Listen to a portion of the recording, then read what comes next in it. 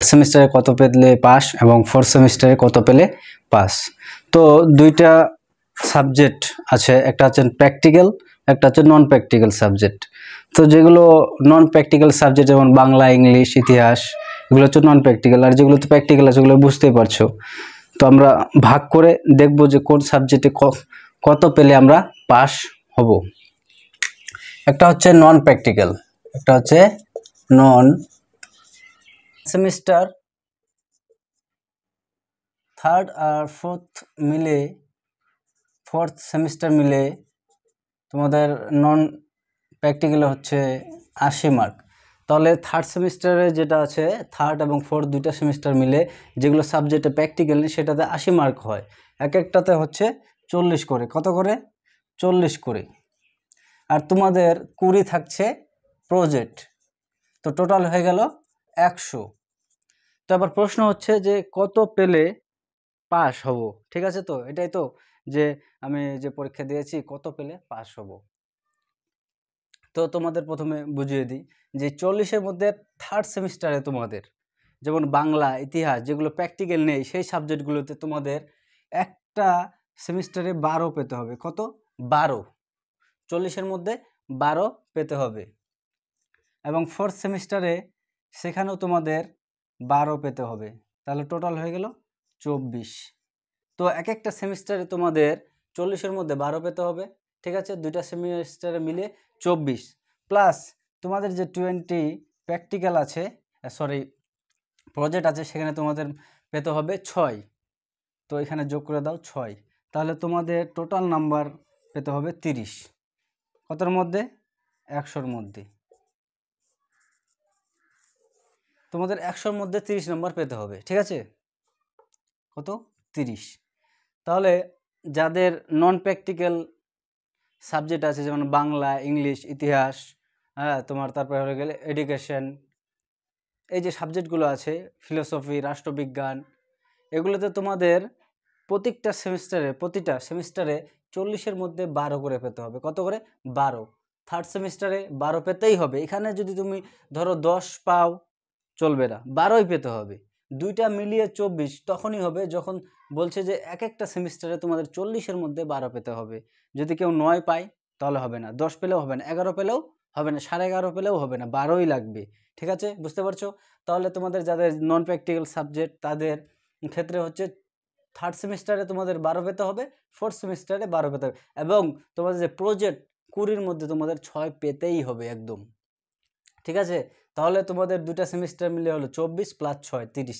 তাহলে তোমাদের 30 নাম্বার পেতে হবে, 100-র মধ্যে 30 নাম্বার পেতে হবে। এবার চলে যাই প্র্যাকটিক্যাল, যাদের প্র্যাকটিক্যাল আছে যাদের প্র্যাকটিক্যাল তাদের থার্ড প্লাস ফোর্থ মিলিয়ে হচ্ছে তোমাদের 70।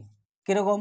থার্ড সেমিস্টার হচ্ছে 35 প্লাস ফোর্থ সেমিস্টারে হচ্ছে তোমাদের 35, 70। আর প্র্যাকটিক্যাল হচ্ছে এখানে প্র্যাকটিক্যাল হচ্ছে তোমার 30। এখানে প্রজেক্ট থাকে, অনেক কিছু থাকে। তো টোটাল হয়ে গেল 70 প্লাস 30 = 100।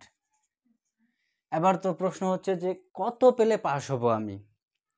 এই যে প্র্যাকটিক্যাল সাবজেক্ট আছে, প্র্যাকটিক্যাল আছে, তারপরে ওই সাবজেক্টগুলো কত পেলে পাস হব। থার্ড সেমিস্টারে তোমাদের পেতে হবে 35-এর মধ্যে মাত্র 11, বা এখানে 11 পেতে হবে তোমাদের। নর্মাল 11 নম্বর পেতে হবে 35-এর মধ্যে। এখানেও তোমাদের সেম, এখানে তোমাদের পেতে হবে কত? 11, অ্যাভারেজ 11। কারণ এখানে তোমাদের পেতে হবে 10.5। তো আমি টার্ম পুরোটাকে ধরে নিলাম 11। আর এখানে তোমাদের পেতে হবে ফোর্থ সেমিস্টার পেতে হবে 11 বা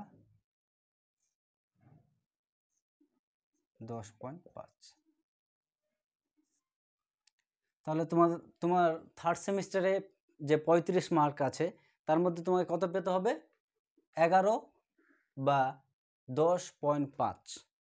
সেটাকে রাউন্ড ফিগার করে ধরছি 11। তাহলে তোমার এখানে যদি কেউ 10.5 পায় তাও পাস, কেউ যদি 11 পায় তাও পাস। কিন্তু একটা সেমিস্টারই পেতে হবে। থার্ড সেমিস্টার পরীক্ষা দিয়েছো, সেখানেই তোমাকে এই নাম্বারটা তুলতে হবে। যদি এই নাম্বারটা না পাও তাহলে তুমি ফেল। তারপর 4th সেমিস্টারে তোমাকে এই নাম্বারটা পেতে হবে। দুটাতে মিলে তোমাকে পেতে হবে 20, 21।